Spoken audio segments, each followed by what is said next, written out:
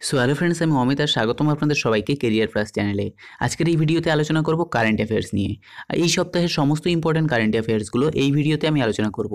আজকের ভিডিওর PDF file আপনারা নিচের ডিসক্রিপশানে পেয়ে যাবেন, সেখান থেকে গিয়ে আপনারা পিডিএফটি ডাউনলোড করে নিতে পারেন। তো চলুন শুরু করা যাক আজকের কারেন্ট অ্যাফেয়ার্স। চলে যাব প্রথম প্রশ্নে। এখানে প্রথম প্রশ্ন রয়েছে, সম্প্রতি ইন্ডিয়ান এয়ারফোর্স ডে কবে পালন করা হলো? এর সঠিক উত্তর হবে 8ই অক্টোবর 2018। সম্প্রতি 8ই অক্টোবর 2018 তারিখে ইন্ডিয়ান এয়ারফোর্স ডে পালন করা হলো। এবার এই ইন্ডিয়ান এয়ারফোর্স ডে কেন পালন করা হয়?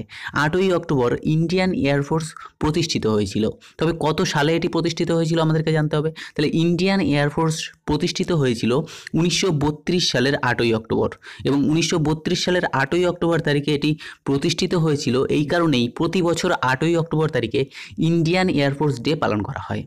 এই বছর ইন্ডিয়ান এয়ারফোর্স ডে কোথায় পালন করা হয়েছে? এবছর ইন্ডিয়ান এয়ারফোর্স ডে পালন করা হয়েছে গাজিয়াবাদে। গাজিয়াবাদে একটা প্যারেড আয়োজন করা হয়েছে এবং সেই প্যারেডের মাধ্যমে এই ইন্ডিয়ান এয়ারফোর্স ডেটি পালন করা হয়েছে। চলে যাব পরবর্তী প্রশ্নে। তবে পরবর্তী প্রশ্নে যাওয়ার আগে বলে রাখবো আমি কে। আমি হলাম সলিউশন ফর অল থেকে অমিত।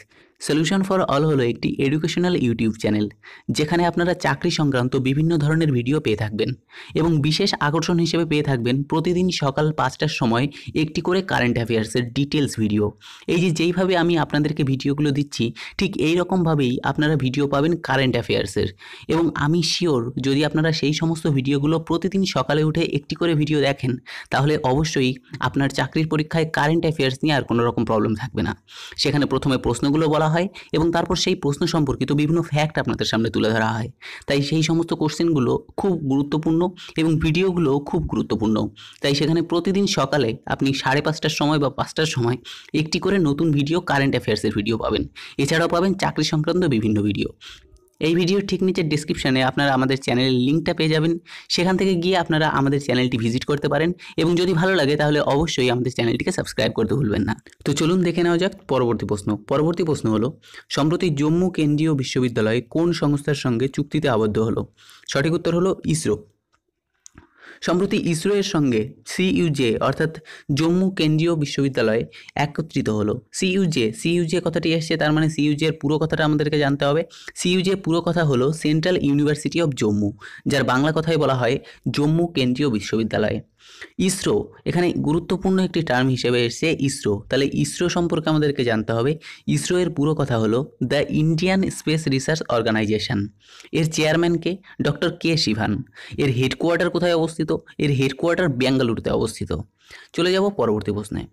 পরবর্তী প্রশ্ন হলো, সম্প্রতি যুব অলিম্পিক গেমস 2018-তে সৌরভ চৌধুরী কোন পদক জিতেছেন? এর সঠিক উত্তর হলো স্বর্ণ পদক জিতেছেন। সম্প্রতি সৌরভ চৌধুরী যুব অলিম্পিক গেমস 2018-তে স্বর্ণ পদক জিতেছেন। 10 মিটার শুটিংয়ে স্বর্ণপদক জয়লাভ করেছেন তিনি। এবার যুব অলিম্পিক গেমস চলে এসছে, তাহলে যুব অলিম্পিক গেমস কোথায় হচ্ছে সেটা আমাদেরকে জানতে হবে। এবার যুব অলিম্পিক গেমস হচ্ছে আর্জেন্টিনাতে। আর্জেন্টিনা চলে এলো, তাহলে আর্জেন্টিনার রাজধানী কি সেটা জানতে হবে। আর্জেন্টিনার রাজধানী হলো বেনাস আয়ার্স, এবং এই বেনাস আয়ার্সেই এই যুব অলিম্পিক গেমস 2018 অনুষ্ঠিত হচ্ছে। চলে যাব পরবর্তী প্রশ্নে। পরবর্তী প্রশ্ন হলো, সম্প্রতি কবে বিশ্ব মানসিক স্বাস্থ্য দিবস পালন করা হয়েছে? এর সঠিক উত্তর হলো 10ই অক্টোবর 2018। সম্প্রতি 10ই অক্টোবর 2018 তারিখে এই বিশ্ব মানসিক স্বাস্থ্য দিবস পালন করা হয়েছে। একে ইংলিশে কি বলা হয়? একে ইংলিশে বলা হয় ওয়ার্ল্ড মেন্টাল হেলথ ডে। তো এই ওয়ার্ল্ড মেন্টাল হেলথ ডে পালন করা হয়েছে 10ই অক্টোবর সারা বিশ্ব জুড়ে। এবছরের বিশ্ব মানসিক স্বাস্থ্য দিবসের থিম কী ছিল? এটা সবচেয়ে গুরুত্বপূর্ণ প্রশ্ন। তো এবছরের থিম ছিল young people and mental health in a changing world. আবারও একবার রিপিট করছি, আপনারা চাইলে নোট করে নিতে পারেন। Young people and mental health in a changing world. এবার আমাদেরকে জানতে হবে সর্বপ্রথম এই দিনটি কবে পালন করা হয়েছিল। সর্বপ্রথম এই দিবসটি পালন করা হয়েছিল 1992 সালের 10ই অক্টোবর তারিখে। 1992 সালের 10ই অক্টোবর তারিখে এটাকে সর্বপ্রথম পালন করা হয়। চলে যাব পরবর্তী প্রশ্নে। পরবর্তী প্রশ্ন হলো, সম্প্রতি কোথায় ইন্ডিয়া ইন্টারন্যাশনাল সায়েন্স ফেস্টিভ্যাল 2018 অনুষ্ঠিত হয়েছে? সঠিক উত্তর হলো উত্তরপ্রদেশের লখনৌতে। সম্প্রতি উত্তরপ্রদেশের লখনৌতে ইন্ডিয়া ইন্টারন্যাশনাল সায়েন্স ফেস্টিভ্যাল 2018, যা শর্ট ফর্ম বলা হয় কি IISF 2018 অনুষ্ঠিত হয়েছে। এটাকে উদ্বোধন কে করেছেন? এটার উদ্বোধন করেছেন রাষ্ট্রপতি রামনাথ কোবিন্দ। রাষ্ট্রপতি রামনাথ কোবিন্দ এটাকে উদ্বোধন করেছেন। 2017 সালে ইন্ডিয়া ইন্টারন্যাশনাল সায়েন্স ফেস্টিভ্যাল কোথায় অনুষ্ঠিত হয়েছিল? 2017 সালে এটি অনুষ্ঠিত হয়েছিল তামিলনাড়ুর চেন্নাইতে। চলে যাব পরবর্তী প্রশ্নে। পরবর্তী প্রশ্ন হলো, সম্প্রতি কোন দেশ ঘাউড়ি ব্লাস্টিক মিসাইলের সফলভাবে টেস্টিং করলো? এর সঠিক উত্তর হলো পাকিস্তান।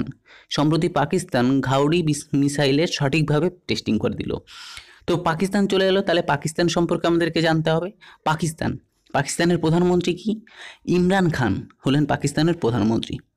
পাকিস্তানের মুদ্রার নাম কি? পাকিস্তানি রুপি হলো পাকিস্তানের মুদ্রার নাম। চলে যাব পরবর্তী প্রশ্নে। পরবর্তী প্রশ্ন হলো, সম্প্রতি কবে বিশ্ব ডাক দিবস বা ওয়ার্ল্ড পোস্ট ডে অনুষ্ঠিত হলো? এর সঠিক উত্তর হলো 9ই অক্টোবর। সম্প্রতি 9ই অক্টোবর তারিখে ওয়ার্ল্ড পোস্ট ডে পালন করা হলো। সারা বিশ্ব জুড়ে এটা পালন করা হয়েছে। এবার সবচেয়ে গুরুত্বপূর্ণ একটা প্রশ্নের উত্তর আমাদেরকে জানতে হবে যে এবছর ওয়ার্ল্ড পোস্ট ডে এর থিম কী ছিল? তো এর থিম ছিল হচ্ছে imagine you are a letter travelling through time, what a message do you wish to convey to your readers. আবার একবার রিপিট করছি, imagine you are a letter travelling through time, what message do you wish to convey to your readers. এটা হচ্ছে এই বছরের বিশ্ব ডাক দিবসের থিম। চলে যাব পরবর্তী প্রশ্নে। পরবর্তী প্রশ্ন হলো, সম্প্রতি এশিয়ান প্যারা গেমস 2018-তে ভারত কতগুলো সোনা জিতেছে? সোনা জিতেছে টোটাল 3টি। ভারত টোটাল সোনা জিতেছে 3টি। এশিয়ান প্যারা গেমস 2018 সম্প্রতি অনুষ্ঠিত হয়েছে এবং এতে ভারত মেডেল জিতেছে টোটাল 11টি। এর মধ্যে সোনা কটি ছিল? এর মধ্যে সোনা ছিল 3টি। প্রথম সোনাটি কে জিতেছেন? প্রথম সোনাটি জিতেছেন সন্দীপ চৌধুরী। দ্বিতীয় সোনাটি কে জিতেছেন?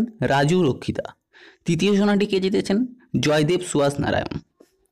এবছরের এশিয়ান প্যারা গেমস কোথায় অনুষ্ঠিত হচ্ছে এটা আমাদেরকে জানতে হবে। এশিয়ান প্যারা গেমস অনুষ্ঠিত হচ্ছে ইন্দোনেশিয়ার জাকার্তায়। এবার আমরা জানবো এরপর এশিয়ান প্যারা গেমস কোথায় অনুষ্ঠিত হবে। এরপর 2022 সালে এটা অনুষ্ঠিত হবে। কোথায়? চীনে এটা অনুষ্ঠিত হবে। চলে যাব পরবর্তী প্রশ্নে।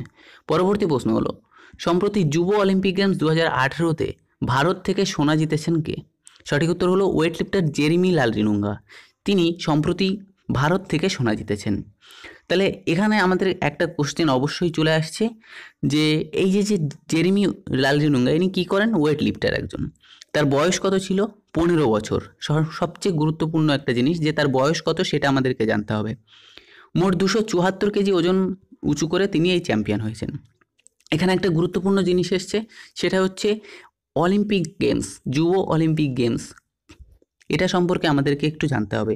তাহলে যুব অলিম্পিক গেমস এটা কোথায় অনুষ্ঠিত হচ্ছে? এটা অনুষ্ঠিত হচ্ছে আর্জেন্টিনায়। আবারও চলে এলো একবার আর্জেন্টিনা। তাহলে আর্জেন্টিনা সম্পর্কে জানতে হবে। আর্জেন্টিনার রাজধানী কি? বেনাস আয়ার্স, একটু আগেই বললাম। আর্জেন্টিনার মুদ্রার নাম কি? আর্জেন্টিনার মুদ্রার নাম হচ্ছে পিসো। তো এই প্রশ্নটি সম্পর্কে এতগুলো জিনিস টোটাল আমরা জানতে পারি। চলে যাব পরবর্তী প্রশ্নে। পরবর্তী প্রশ্ন হলো, সম্প্রতি অর্থনীতিতে নোবেল প্রাইজ পেলেন কে? অর্থনীতিতে সম্প্রতি নোবেল প্রাইজ পেলেন উইলিয়াম ডি নর্ডাস এবং পল এম রোমার। এই দুইজনকে সম্প্রতি অর্থনীতিতে নোবেল প্রাইজ প্রদান করা হয়েছে। 2018 সালে সম্প্রতি 5টি ফিল্ডে নোবেল প্রাইজ প্রদান করা হয়েছে। সেগুলো কি কি? 1 নম্বর মেডিসিনে প্রদান করা হয়েছে, ফিজিক্সে প্রদান করা হয়েছে, কেমিস্ট্রিতে প্রদান করা হয়েছে, শান্তিতে প্রদান করা হয়েছে এবং লাস্ট অর্থনীতিতে প্রদান করা হলো।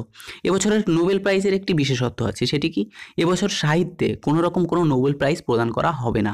সাহিত্যে কোনো রকম নোবেল প্রাইজ এবার কিন্তু দেওয়া হচ্ছে না। চলে যাব পরবর্তী প্রশ্নে। পরবর্তী প্রশ্ন হলো, সম্প্রতি জাপানের সঙ্গে ভারতের একটি সামুদ্রিক এক্সারসাইজ হয়েছে। সেই সামুদ্রিক এক্সারসাইজটির নাম কি? জিমেক্স 18। জিমেক্স 18 হলো জাপানের সঙ্গে ভারতের সামুদ্রিক এক্সারসাইজটির নাম।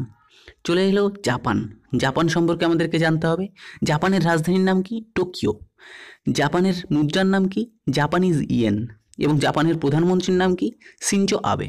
চলে যাব পরবর্তী প্রশ্নে। পরবর্তী প্রশ্ন হলো, সম্প্রতি নির্বাচন কমিশনার কতগুলি রাজ্যে নির্বাচন ঘোষণা করেছেন?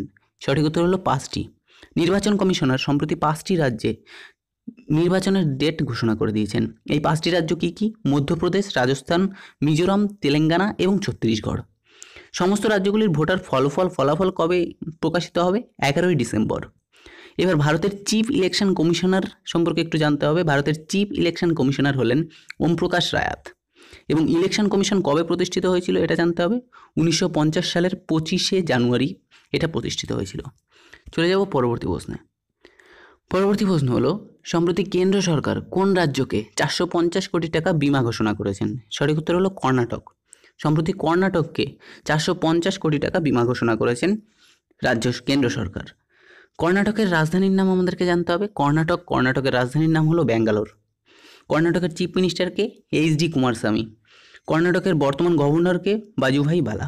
এবং আরও একটি কর্ণাটক সম্পর্কে গুরুত্বপূর্ণ ফ্যাক্ট হলো যে কর্ণাটক ভারতের সবচেয়ে বেশি কফি উৎপাদক রাজ্য। চলে যাব পরবর্তী প্রশ্নে। পরবর্তী প্রশ্ন হলো সম্প্রতি ইন্ডিয়া স্কিল 2018 প্রতিযোগিতা কোথায় অনুষ্ঠিত হয়েছে? সঠিক উত্তর হলো নিউ দিল্লি। নিউ দিল্লিতে সম্প্রতি ইন্ডিয়া স্কিল 2018 অনুষ্ঠিত হয়েছে। উক্ত প্রতিযোগিতায় মোট 164 জনকে পুরস্কৃত করা হয়েছে। উক্ত পুরস্কারগুলো প্রদান করেছেন কে? অনন্ত কুমার হেজ। তিনি হলেন রাজ্যের skill development and entrepreneurship minister. চলে যাব পরবর্তী প্রশ্নে। পরবর্তী প্রশ্ন হলো সম্প্রতি উত্তরাখণ্ড ইনভেস্টার্স সামিটের উদ্বোধন করেছেন কে? সঠিক উত্তর হলো প্রধানমন্ত্রী নরেন্দ্র মোদী। সম্প্রতি দেরাদুনে প্রধানমন্ত্রী নরেন্দ্র মোদী উত্তরাখণ্ড ইনভেস্টার্স সামিটের উদ্বোধন করেছেন। এই উত্তরাখণ্ড ইনভেস্টার্স সামিট সম্প্রতি অনুষ্ঠিত হয়েছে উত্তরাখণ্ডের দেরাদুনে এবং সেখানেই এই প্রধানমন্ত্রী নরেন্দ্র মোদী তিনি এটাকে উদ্বোধন করলেন। উত্তরাখণ্ডের চিফ মিনিস্টারকে ত্রিবেন্দ্র এস রাওয়াত। উত্তরাখণ্ডে জিম করবেট ন্যাশনাল পার্ক অবস্থিত। সবচেয়ে গুরুত্বপূর্ণ একটা জিনিস যে উত্তরাখণ্ডে জিম করবেট ন্যাশনাল পার্কটি অবস্থিত। এটি ভারতের সবচেয়ে প্রাচীন ন্যাশনাল পার্ক এবং জিম করবেট ন্যাশনাল পার্কের পূর্ব নাম কী ছিল? এর পূর্ব নাম ছিল হালি ন্যাশনাল পার্ক। তো এই হলো আজকের এই সপ্তাহের কারেন্ট অ্যাফেয়ার্স। তো কেমন লাগলো এই কারেন্ট অ্যাফেয়ার্সের ভিডিওটি অবশ্যই কমেন্ট করে জানাবেন। যদি ভিডিওটি ভালো লাগে তাহলে প্লিজ একটি লাইক করে দেবেন। আর ফাইনালি আমাদের সলিউশন ফর অল চ্যানেল এবং কেরিয়ার প্লাস চ্যানেলটিকে সাবস্ক্রাইব করতে ভুলবেন না। Thanks for watching. Take care and bye by.